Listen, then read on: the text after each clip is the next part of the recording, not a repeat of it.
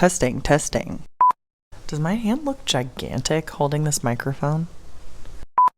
Welcome back, everyone, or if you're a new viewer, welcome. I'm Robin from This Blog's Neat, and it's been a minute since I posted a video on YouTube. It's been about a month, and yeah, I feel like I have a ton of videos backlogged that I need to film, but I just got back from New Orleans. I was at Mardi Gras, and if you couldn't tell by my voice, I'm a little run down. I got a cold while I was there and pushed through and celebrated Mardi Gras. It was a lot of fun, but I could definitely use some hibernation now. Yeah, while I was at Mardi Gras, one of the throws that I got was this tiny little microphone. So we're gonna use it today, and hopefully it's good. Hopefully it works. It's from Tux. One of my throws from Tux. And yeah, while I was in New Orleans, I did want to check out a little bit of the local spirits scene, but I didn't have a ton of time.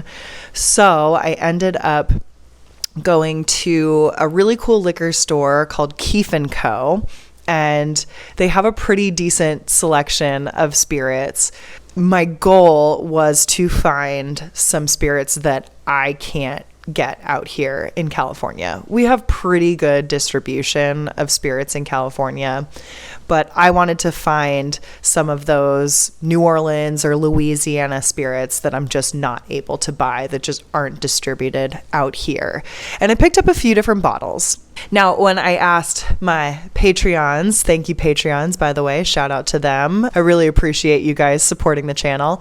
My Patreons were most excited about me trying a rice whiskey from Louisiana. So that's what we're going with first. We're just gonna ease back into the YouTube videos by doing a tasting. Let's dive in. So here, what I have is JT Meleck, their Louisiana rice whiskey. Meleck? Probably Meleck. JT Meleck. What's so cool about this is it's actually a farm distillery. So back in, as the story goes, back in the late 1800s, it was John Meleck. So back in the late 1800s, John Meleck, who was an immigrant from Germany, decided to settle down in southern Louisiana, and they had some marshlands on their property. So he started farming rice. He started with just 20 acres of these marshlands that were growing rice, and that has continued to expand and be passed down from generation to generation. And I think they're on their 5th generation now. But they still have the rice farm, and they're still growing rice. So the current owners are a couple of brothers, and John Meleck is their great uncle, I believe. And they decided they wanted to start farming crawfish as well on this land, which is really cool. So in the rice paddies, they also farm crawfish. And while I was in New Orleans, I did get to eat some crawfish. It was just at the beginning of crawfish season, and they were delightful. Anyways, now the price of rice has dropped so significantly that it wasn't really profitable for Mike and his brother, the owners, to plant rice the following year and grow rice. So they were trying to come up with other creative ways to bring in more profit. And one of those ways, as you might guess, is making whiskey. So they decided to start a distillery on site. And they started with vodka. That's easy. You don't have to age it, right? They started making vodka, and they also make a rice whiskey from 100% rice. And that's what we will be trying today. I don't think you'll ever see me try a vodka on this channel. So each batch is 2,000 pounds of rice. They take that rice, they cook it, they add enzymes in order to convert those starches from the rice into sugars, and then they ferment it. They say they ferment it anywhere from 9 to 14 days, and then they distill it using a column still that they have. For the vodka, they go through all 4 of the columns. For the whiskey, they go through 2 of the columns. I don't know what the ABV is coming out of the column there, but they're able to produce, with that 2,000 pounds of rice, they are able to produce 3 barrels per day, and they're using 53-gallon barrels or 52-gallon barrels. They also kind of stick with the tradition of using new charred American oak barrels like you do with bourbon. So this whiskey in particular is 48% ABV. It's aged for 4 years. They use 100% rice in the mash, and this batch in particular is small batch number 323. I guess we'll taste it. Yeah, let's dive in. Let's start tasting. Let's see how it is to taste with this little microphone in my face. How many hands do I need to taste whiskey? Okay, so right off the bat, if you gave this to me, I would guess it was a bourbon. It smells like a sweet bourbon. Like, it doesn't have those, sometimes on like MGP bourbons, I'll get this like pickliness. It doesn't have any of that. But it does have a lot of the, like, first thing that's present is like these orange oils and lots of caramel. There's also like a sweet nutty thing, almost like a marzipan, but I'm not sure that I'm convinced that it's almonds. But yeah, it's almost like nuts and powdered sugar. I think that's what goes into marzipan. There's also a milk chocolatey thing, like lots of milk chocolate, but as well as like some vanilla in there too. There's some spices as well. It's like a sweet cinnamon and some nutmeg too.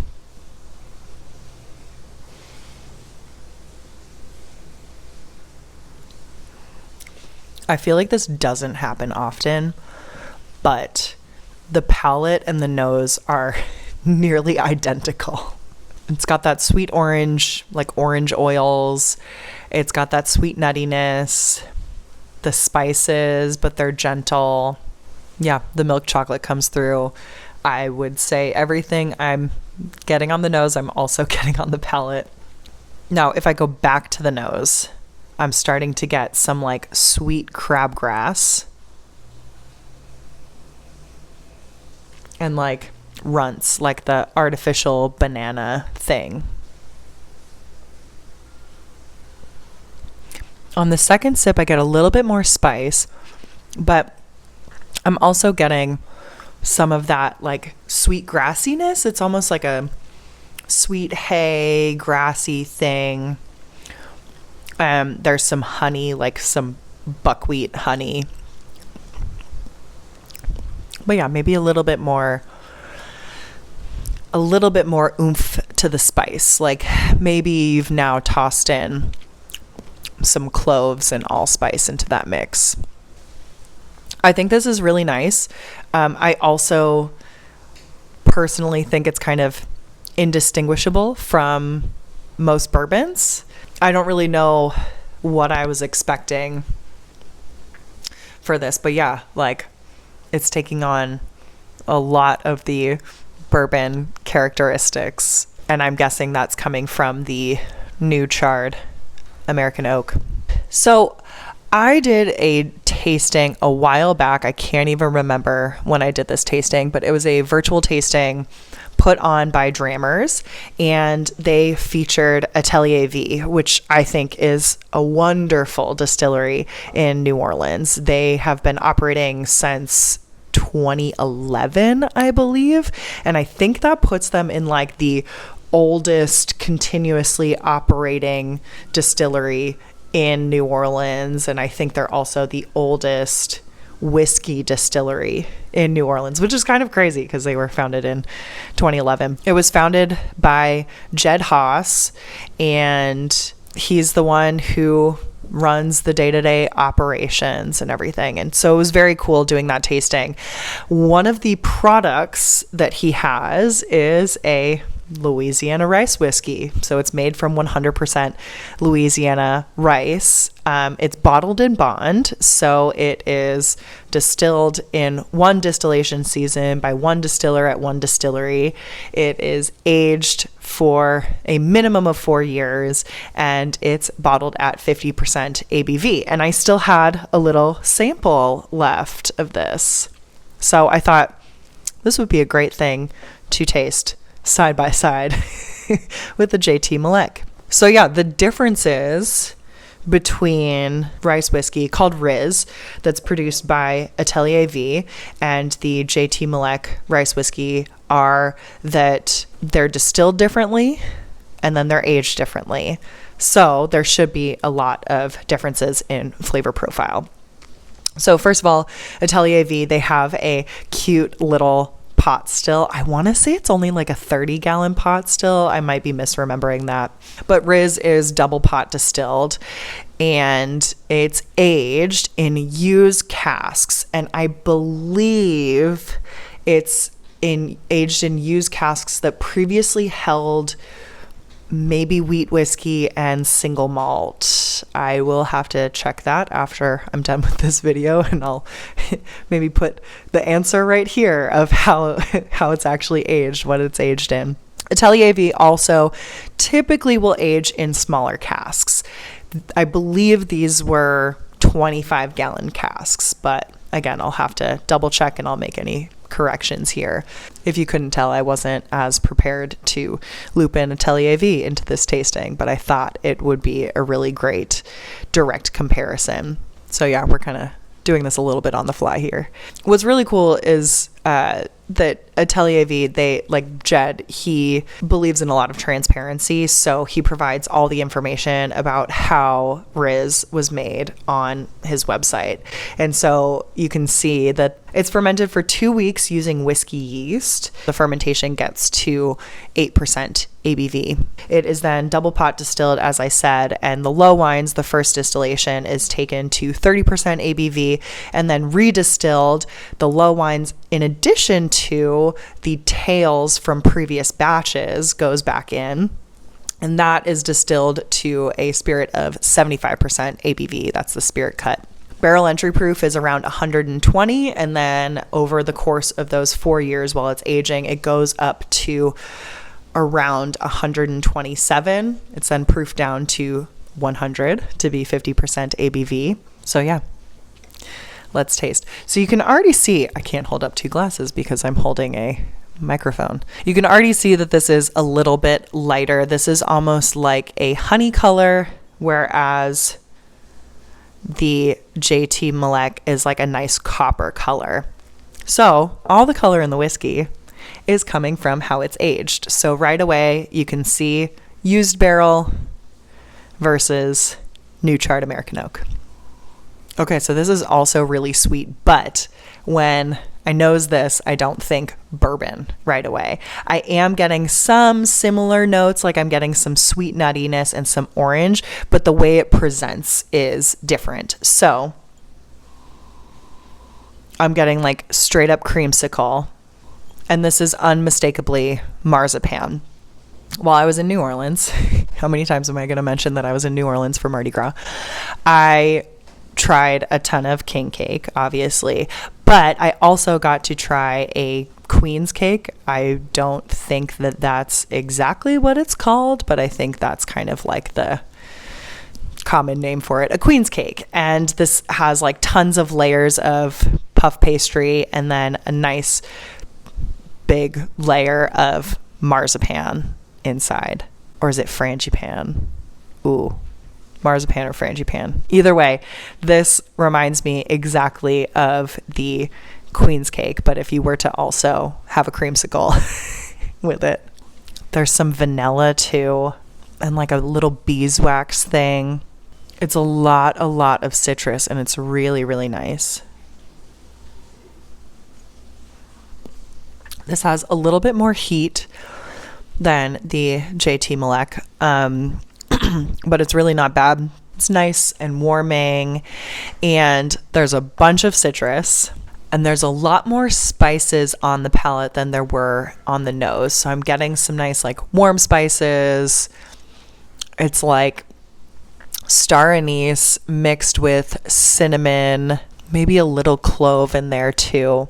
And it's interesting, it's almost grainy. Like it's got this chocolate character, but it's like a malted chocolate that reminds me of like a nice grainy single malt. There's also some dried herbs in there. Wow, so much citrus on the nose. It's like that creamsicle, but now you've kind of put a little bit of key lime zest on top. Really nice.